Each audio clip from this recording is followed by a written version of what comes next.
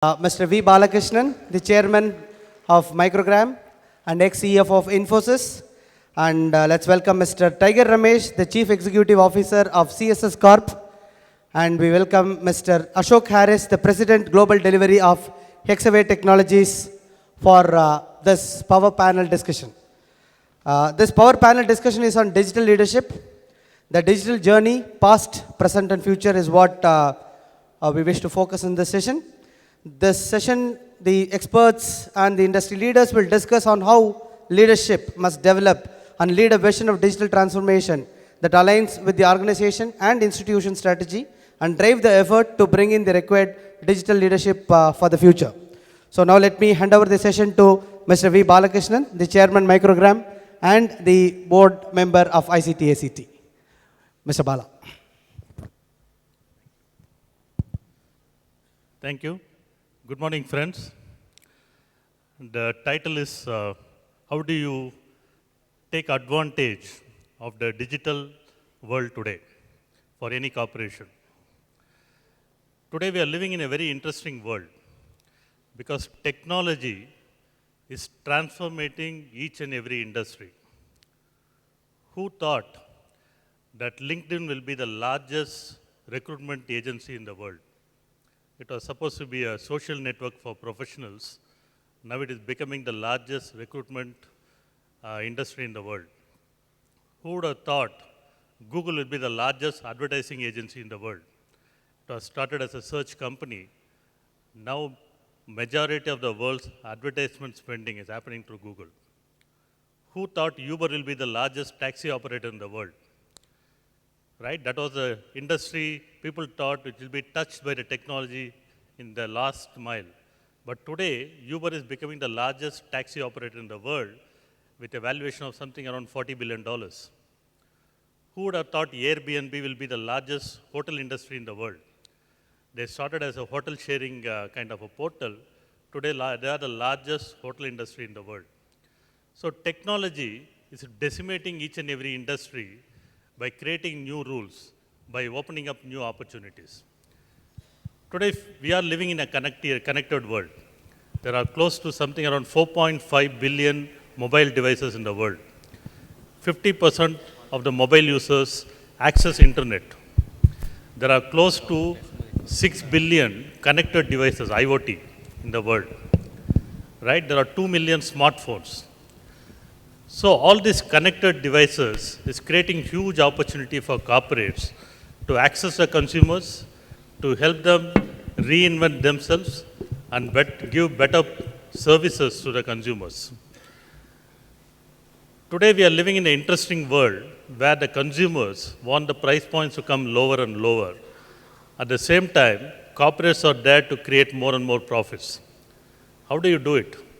You can do it only if you integrate all your operations, use technology more and more to reduce the cost and take advantage of the sharing economy. Because today everything is getting shared in the digital world, right?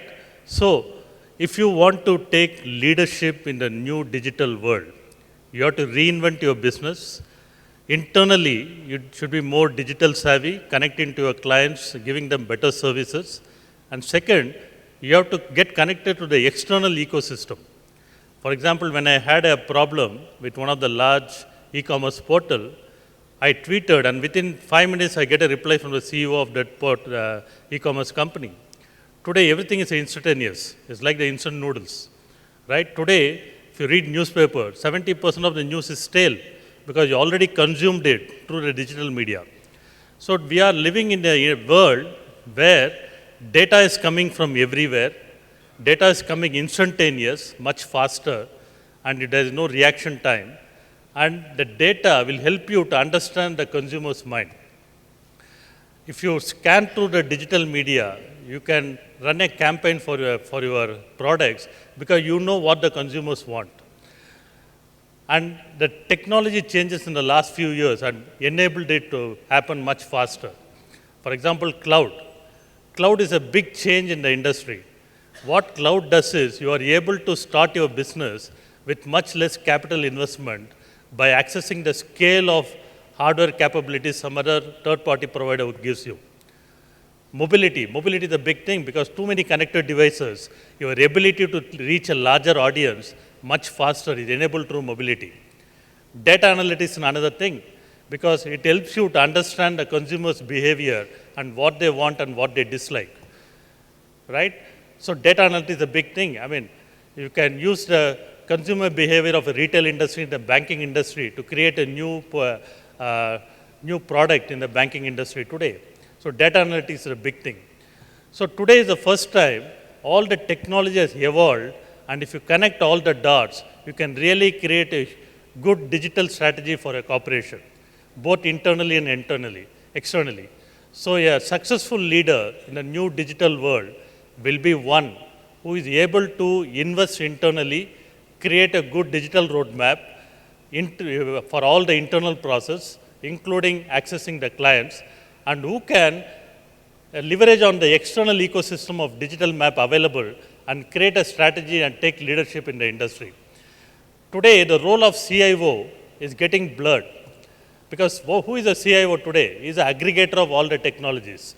In the earlier times, he used to hold a huge set of hardware. You'll have a lot of people reporting to him. He'll be developing the IT roadmap for the corporation. Today, it's becoming like an aggregator. If you want hardware space, go to the cloud. Cloud provider will give you. If you want products, some other guy will create IP and give you a platform which you can pay and use as and when you use, right? So the CIO role is becoming an aggregator. And he can't act in silo. He has to work with the business, understand what the business wants, how do you connect to the client, and create a digital roadmap for the company. And the CXO role is important, and it reposes CEO today rather than the operations guy earlier. So in a new digital world, the CIO role is more like an aggregator. He has to make sure the company has a good strategy, both to internally leverage the ecosystem and externally leverage the ecosystem, create leadership, create differentiation in the marketplace, and succeed. So we are living in a new world. I think corporations who take leadership in the digital world will be more successful in the near future. Now I'll ask the rest of the panelists to make some opening remarks. Thanks, Bala. Good afternoon, everybody.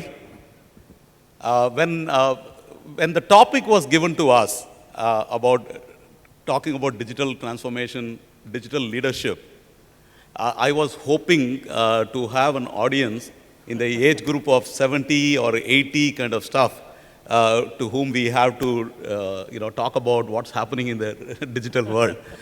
But definitely with the audience, what we have here, there is nothing much one can talk about the digital era. All of us, as I can sit here and see, many of you are seriously involved with your mobile devices, definitely not doing emails, that much I can tell you. You are interacting on the social media, and you are exchanging thoughts and ideas. That's exactly what is happening. So what do I preach to the choir? There is nothing here for us to talk about digital. So therefore, let me limit my thoughts more within the perspective of to do with our company. Therefore, I can share some of our experience and see how this digital era is impacting CSS Corp. We are a technical services company. We are headquartered out of Chennai. We are about 5,500 people. We provide technology support to various customers, primarily in the US. At every touch point, we see the digital transformation is impacting our customers. For us as a company, technology is not new to us because we live, breathe technology day in, day out. As Bala was talking about, broadly, there are 4 technological disruptions that are driving this digital transformation. All of us know about it. We talk about social media, we talk about mobility, we talk about big data analytics, and of course, virtualization of IT and applications and infrastructure, which is the cloud. All these are definitely driving the way you run your business. It's influencing, it's changing. there are three significant impacts for us due to this digital transformation. First one, we are able to manage our customer experience much better as a company. By using these disruptive technologies, we are able to influence and manage our customer experience. Again, he spoke about how he got a response from a company when he tweeted. That's exactly what we do. We work very closely on our social media strategy. We have deployed very effectively to understand what our customers are thinking about us. And the data, what we get is instantaneous. Now, what we do with this data helps us build those differentiators. Now, there's enough data available. Now, what do you want to do with this? So, improving our customer experience has been a big factor for CSS. The second one is how do we integrate our business processes?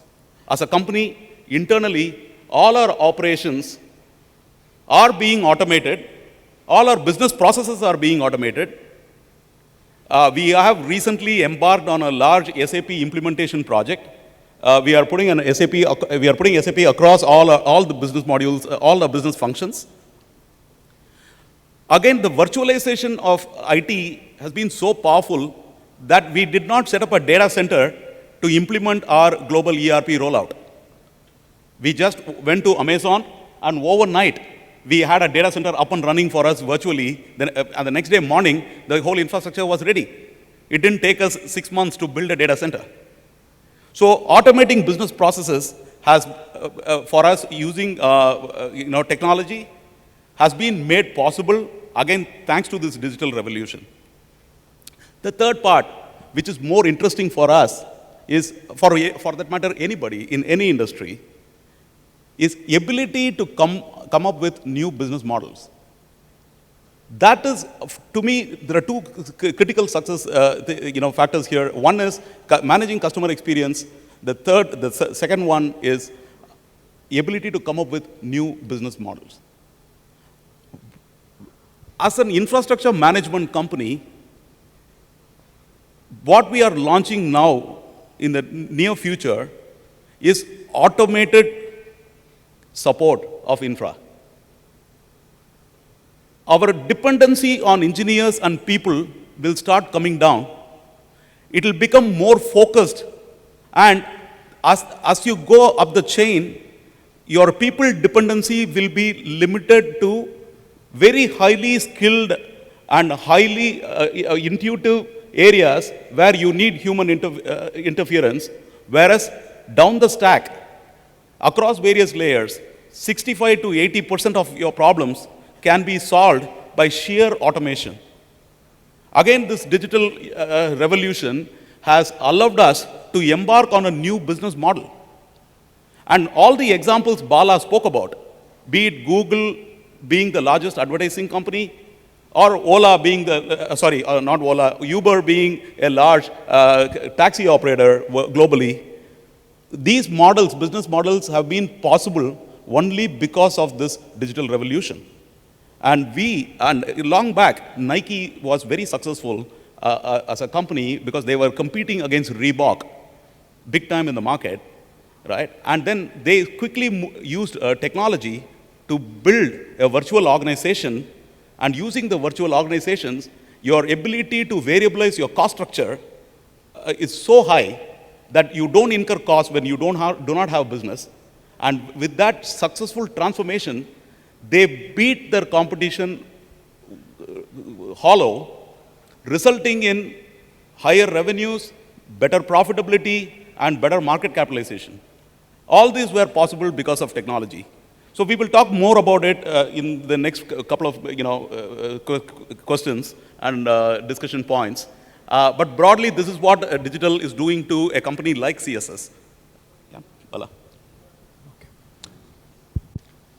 So, someone once told me, I think this was in 1996, I went into a seminar and they told me that in a few years from now, people will be walking around like this. They said that cell phones are so it's getting in numbers that people around you would be just walking like this. In 1996, I couldn't imagine that because cell phones at that point in time were about 20,000 rupees. And I think, if I'm right, per call, per minute was about 20 rupees. So at that point in time, it was just not possible for me to think that people will be actually walking around like this. A few weeks ago, I was just driving around in Bombay and I saw a lady who was selling bananas. She was actually using a smartphone and she was actually working on the smartphone. It was one of those Samsung type of, the flip type of phones, and she was actually working on that, interacting with that phone. So the point which I was trying to make here is that we are actually a part of a revolution which is happening at this point in time. And that revolution has been happening over the last 30, 40 years. And we are very much a part of it. And it is important for us to actually stop for a moment and recognize that revolution. Just let's try to recap the last 30 years or 40 years. We have, from a hardware standpoint, we have grown from probably vacuum tubes, or maybe if you go 50 years or so, computers which were run with vacuum tubes, to computers which are in your mobiles.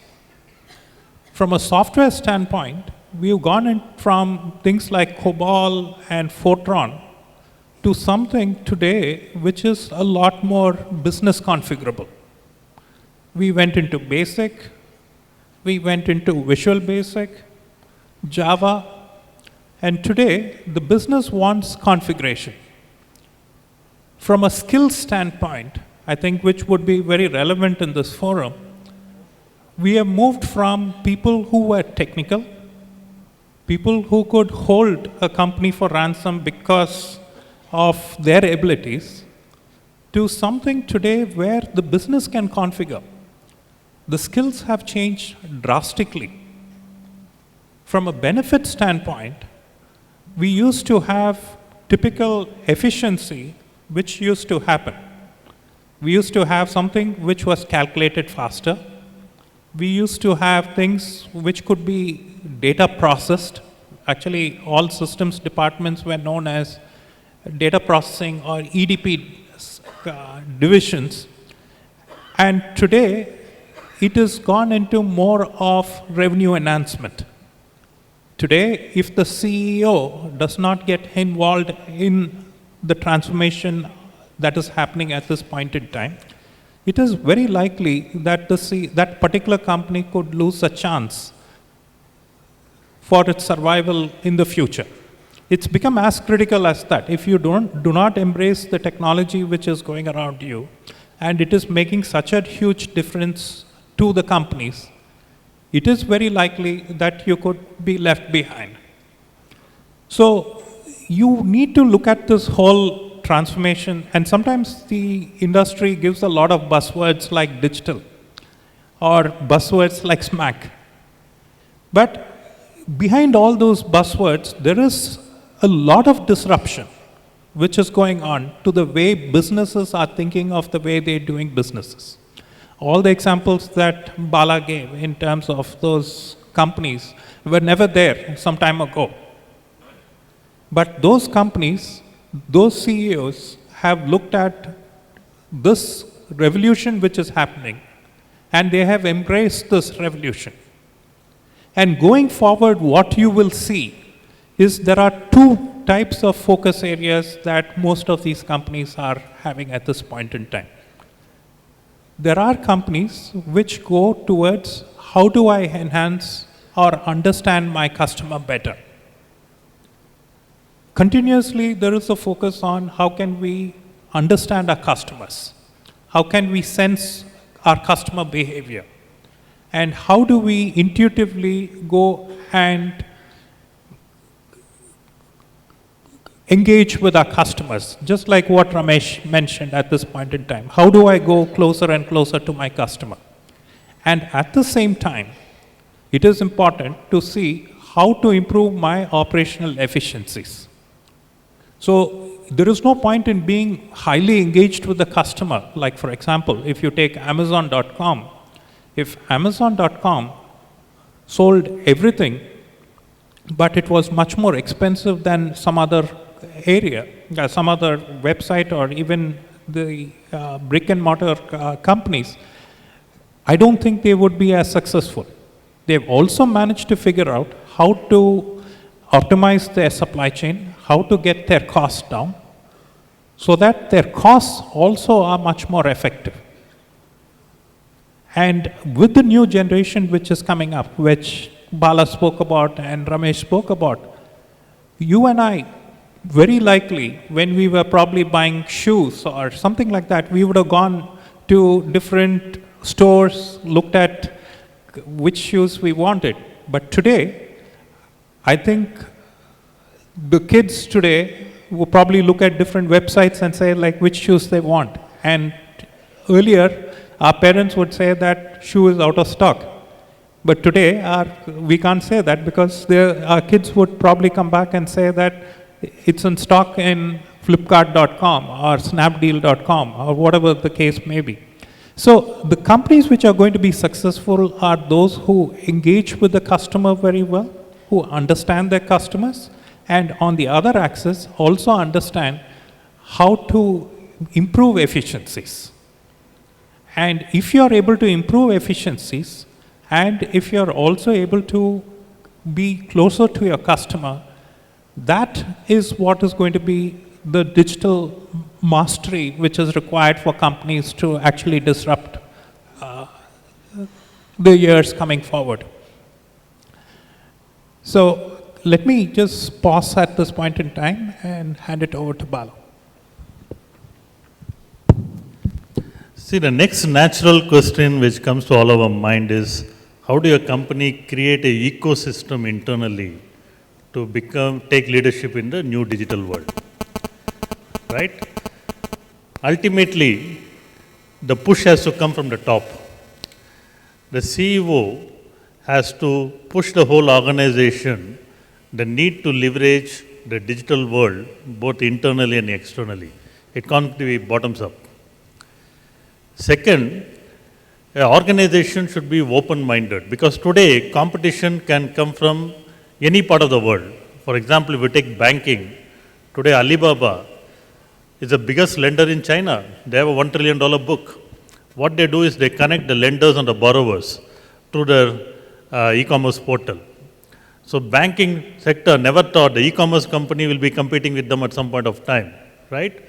So your competition can come from places or organizations which you never envisage as a competitor for you. Second, technology is so pervasive today. For example, Nike today calls themselves as a technology company, not as a shoe manufacturer, right? Similarly, banks are becoming more virtual today. Earlier, banking is all about how many branches you have and how many employees you have. Today, with the virtual bank, most of the bank will not have any physical branches. So you should be open-minded to see any disruptive technologies coming and competing with you from unknown industries. And you should be open-minded to change your business processes in the new digital world to what is available. And third, innovation. The company should keep on reinventing and innovating internally. And there are a lot of innovation happening outside too. If you take the IT industry, for example, many of the large companies have stopped innovating for some time. So when the new digital era came in the terms of cloud, mobility and others, most of the large companies, including IBM and Accenture, were caught by surprise. Today, IBM, if you look at, only $3 billion of revenues of close to some 100 billion comes from new cloud technology.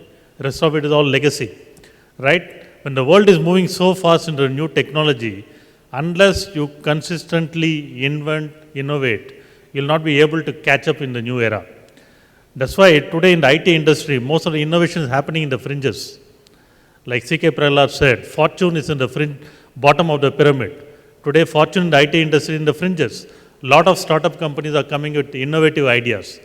So what the large companies are doing is they are trying to invest in this innovation and try to integrate those innovation with their business services. So as an organization, you should keep on inventing and innovating. You should invest in that. And if you are not able to invest, and if some good technology is available externally, you should have the ability to absorb those, change your business processes, and take leadership in the new world. And fourth, the CXO role is becoming very limited now. He is becoming like an aggregator. He is not, in the earlier days, CXO will define the technology roadmap for a company. Today, the world is defining the roadmap for you. So you are only reacting to what is available in the ecosystem. So the CXO role is to more becomes like a business role. He has to work with the business leaders, find out what the consumers want, what kind of processes will enable him to deliver a higher revenue. So IT is used more as an enabler to improve your presence and increase your revenues. Of course, cost optimization is one where IT can play a larger role. But today, customers are looking at service providers to give technology which will help them to grow their businesses. That is a transformation happening in the IT industry. That is where companies which can innovate, come with some unique ideas, technologies, will succeed. So any organization which wants to take leadership in the new digital world should create an ecosystem internally of innovation, and they should invest in that. That should come from the top. Earlier, the organization's technology preparedness is measured, but how much they spend on technology, how much they spend on technology as a percentage to revenue. Today that becomes irrelevant because the cloud has helped you to reduce your hardware cost, right? The sharing economy has helped you to reduce the technology cost. So a percentage to revenue, your technology spending will be less, but where you invest becomes more important. And that is where the ecosystem plays a larger role. So for a company, if it has to take leadership in the new digital world, they should have an innovative ecosystem internally, and that should be driven from the top. If they do it, I think the chances of succeeding in the new era is much, much higher. What, Ramesh? Do you have any views? Absolutely, Bala. From our experience, there are two things. One, us being a technology company, it is relatively easier for us to change ourselves and adapt to these new transformation. It was easier for us. Just to give you a few examples, I see my CIO sitting there. He's very worried ever since you said CIO is becoming irrelevant. Okay, so don't worry. So what's happening is CIO is now becoming advisory. Business owners in the organization are taking decisions on technology because because businesses are run using technological platforms, and therefore business leaders are taking decisions on technology. CIO plays an advisory role, an aggregator role, and putting them together. So from our company perspective, we did a couple of things. We started changing, Bala spoke about creating an ecosystem for this digital transformation. So in our case, we did the following. Number one, we started changing the roles and responsibilities and KRAs of all our CXOs. Our chief marketing officer, she is now going to be measured on customer experience. It is not about participating in trade shows or conducting a customer event or building collaterals or PR, but it is all about measuring customer experience with our company. Therefore, it is up to them to come up with their social media strategy, to understand customer thinking, behavior, feedback, and continuously working with other leaders in the company to convert that experience to a positive experience is a significant or a critical KRA for our head of marketing. And our CIO, first thing what we did was we mobile enabled all our business applications. So today, if I want a travel request, I put it on my mobile phone, expense approvals, all these things, your attendance system, your leave records, your HR benefits and administration, all those applications we use internally within the organization were all mobile enabled. As I said earlier, we didn't spend millions of dollars in building data center. We just went to Amazon and opened a data center overnight for us. So like that, we create an ecosystem from within the organization, and even in service delivery, for example, either launching an automated service, automated customer support, et cetera, we built an ecosystem internally so that everyone thinks on that same wavelength, and we are able to take the story to the market. But it's easier for a technology company. I find a lot of resistance in other industries which are not necessarily IT. But the way Bala said, it is forcing you, because competition is coming from you don't know where, and you will become irrelevant overnight. Therefore, you need to transform. You don't have an option. So just to give you an example, in a non-technical industry, one of our customers, I see them they were just unable to change because the change comes with a lot of resistance. A lot of people do not understand the importance of this transformation. Therefore, the CEO had no choice to build a parallel organization, which they added the word online or digital to it, and made all those investments, brought in all kinds of people who were relevant, and started building a parallel business, and demonstrated to his shareholders that the business swing started moving from traditional models to the new models. And as the swing started increasing towards the new business models, they slowly started shutting down the olden part, the traditional business models. That's how I have seen a company try, transform itself. And obviously, this is coming from the top to build that ecosystem, and then force this transformation if it is not happening on its own. So that has been my experience, Bala. I want to give you an anecdote on the CIO thing. Recently, I was in Mumbai addressing some 25, 30 CIOs from large banks. When I started the talk, I asked them, do you want the good news or the bad news? They said both. I said, bad news is CIO job is becoming irrelevant. It becomes redundant. And the good news is another 6 months to 1 year down the line, so you have time. Yeah. As an IT services company, I think we are in very exciting times at this point in time. There is a lot of change at Hexaware. I joined Hexaware about 6 months ago. The CEO of Hexaware is also new, who joined about the same time. We are about $420 million in size. And one thing which we see, like what Bala mentioned in terms of IBM, is very true. There are different themes which are making a difference in the digital world as far as service providers such as us or as CSS is concerned. One is, there is a lot of automation which is happening, and there is an opportunity for that automation.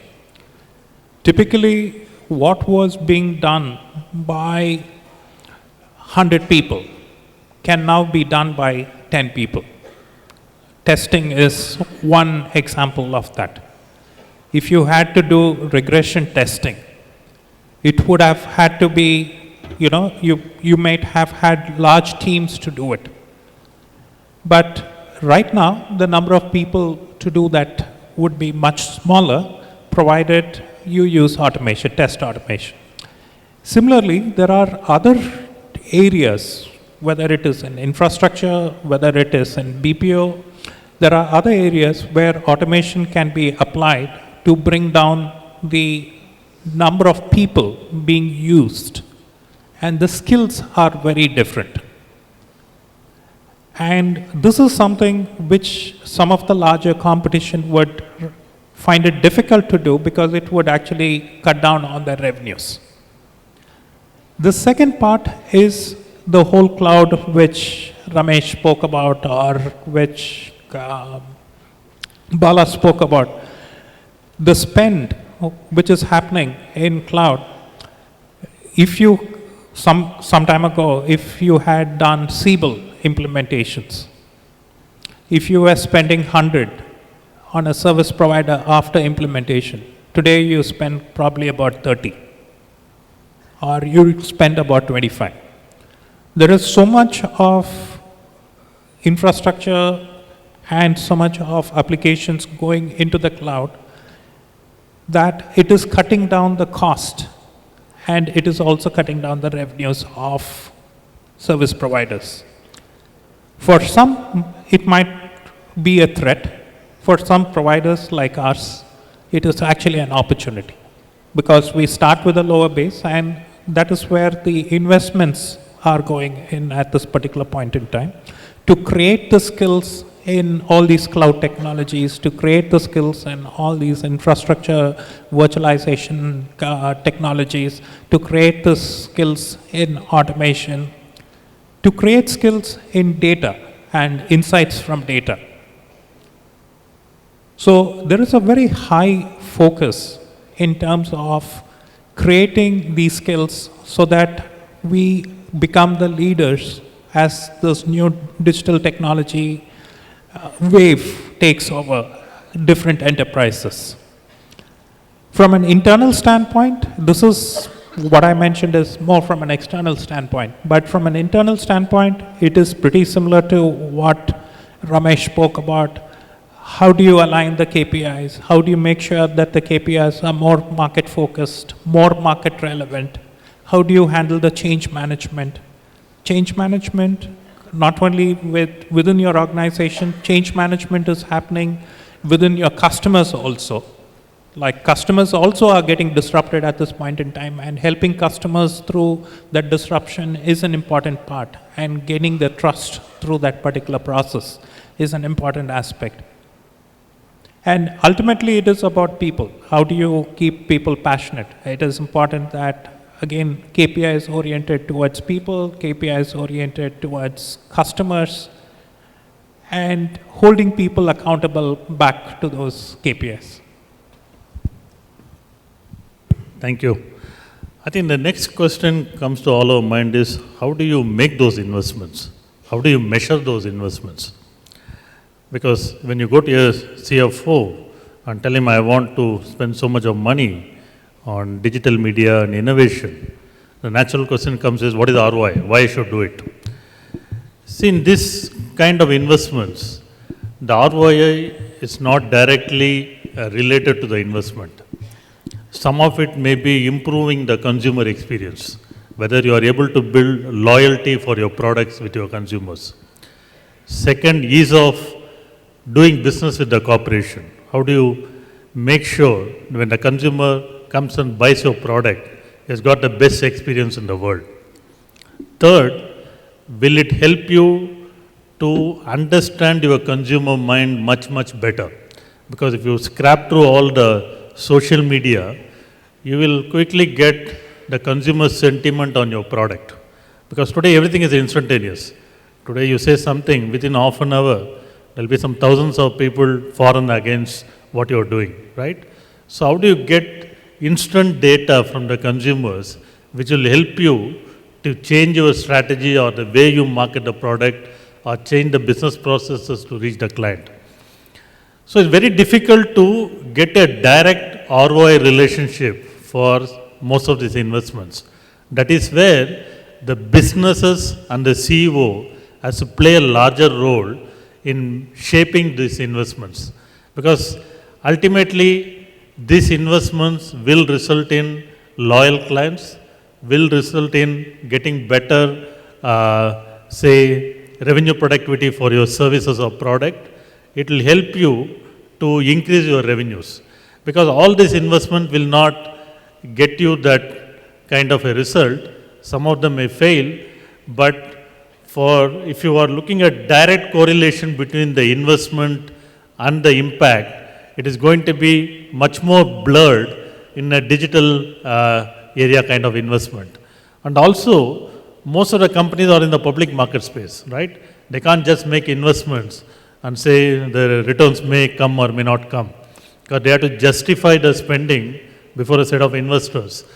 So, being in the public market and making this investment is going to be a challenge, but at the same time, you don't need to make all the investment internally. there is a huge ecosystem outside you which is making these investments. You can collaborate with them. So, in the new digital era, the investment, some of it you have to make internally to create a differentiation in the marketplace. A lot of it is available in the external ecosystem. You have to either partner with it or aggregate. And third, most of the investment should be top-down kind of stuff where it is more driven by the businesses and CEOs who are in the market space rather than people from the internally like a CIO. So as long as a company's ecosystem is tuned towards more innovation and using this ecosystem much more liberally and easily, I think the firms will succeed. What, Ramesh? Yeah, Bala, I fully agree with you. I have a very simple statement to add. There are areas where ROI can be computed, which is relatively easy. The good news is that any investments you make in certain areas, in those areas, also are available to you in the marketplace using various business models that it actually helps you variabilize the spend, what you're having. So to that extent, you are able to justify an ROI. But at the core, at the highest level of transformation, the investments that we are forced to make is a question of our survival and not just a simple ROI exercise. If we do not make those investments and change, for example, our job is to manage our customers' networks. All these days, we have been deploying engineers to manage customer networks from around the world. But now, we have to start automating support. Now, if we have to automate support, we need to spend millions of dollars in creating that capability and ability, and also therefore changing our business model. Now, this is not the time for us to sit and discuss ROI. It is a question of our existence. It is a question of our future. Otherwise, we'll be left behind. A company that did not exist 1 month before will begin its operations and start providing automated support to customers. And then by the time we know that they are the leader in that space. So therefore, it is a question of survival for us, and therefore, it is just not a simple ROI exercise. Yeah, I tend to agree with what you say. Yeah, certain things you can just say that it is revenues. It's very directly linked to revenues. There are certain things which are directly linked to operational efficiencies. And those are pretty easy to sort of calculate and justify. But there are a lot of things which are happening at this point in time where it is a question of survival. It's a question of hygiene. If you don't do that, then it's a question of whether you're going to be there or not. And this happens both internally and externally. And there are certain things which you would be pushing the boundaries. There are no ROI models or any models which are there at this particular point in time to say that this is available. But as Ramesh said, like, if you don't do it, then someone else does it. You may become irrelevant in the market tomorrow. So it's important, continuously look at, is it something which sort of helps you get closer to your customer? Is it helping you to service the customer better? If you're convinced about it, I think you should do it. And operationally, if it helps you, I think you should just go ahead and do it. I think we spoke a lot. If audience have any questions, the panel can take. If any of you have any questions?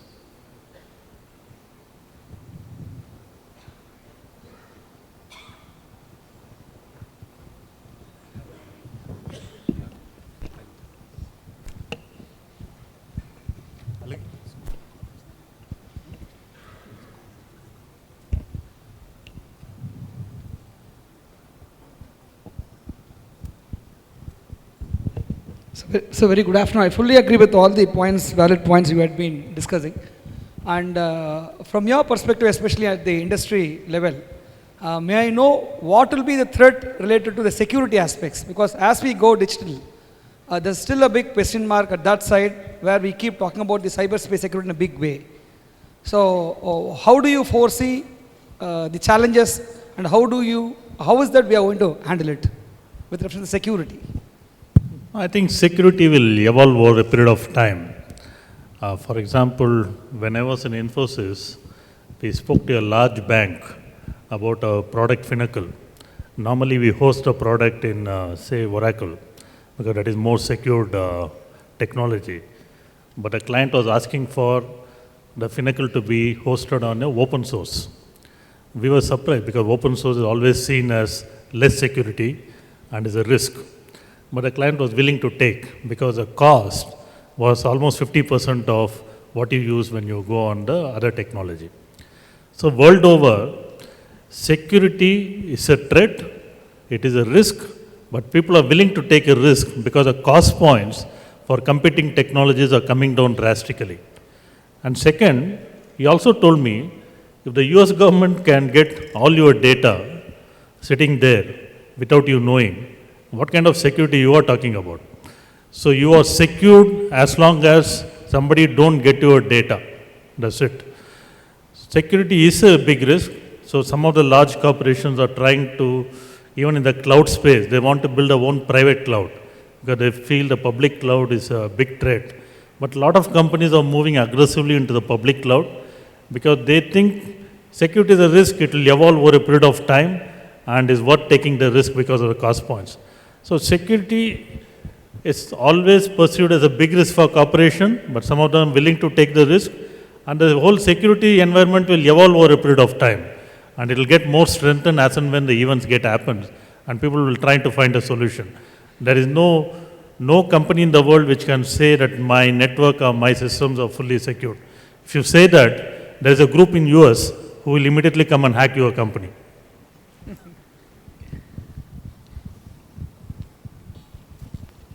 I recently spoke to an analyst who said there are only two types of companies.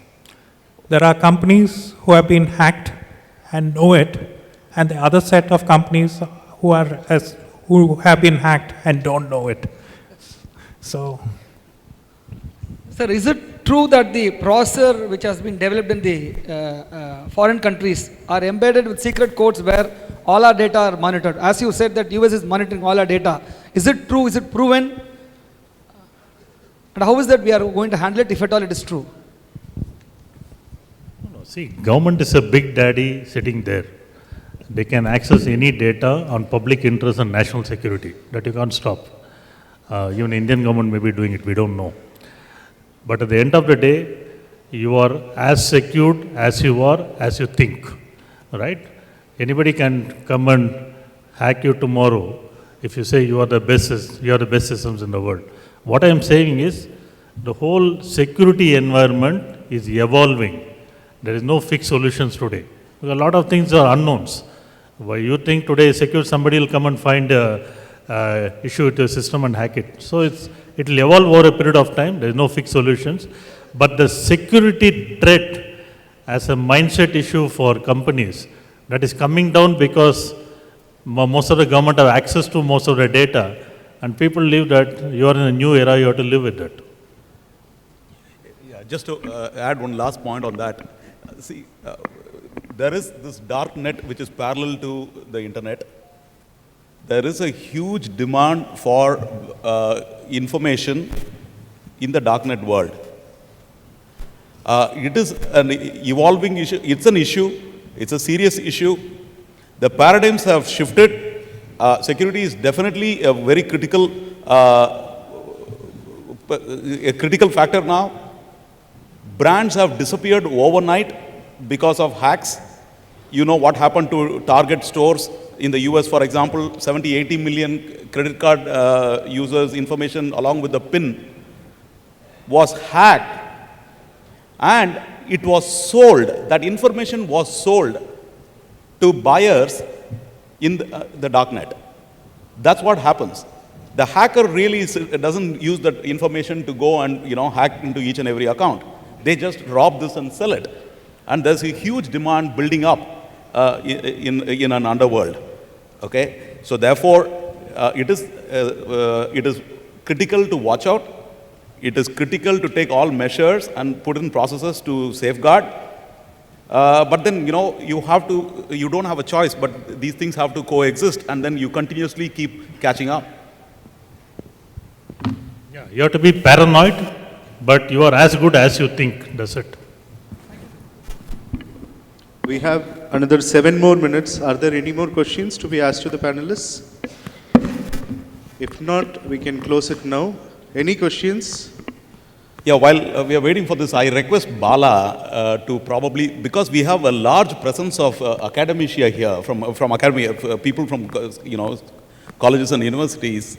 Bala, would you want to talk about a little bit about what should we do to our students when they pass out and come as professionals and they embark on their careers?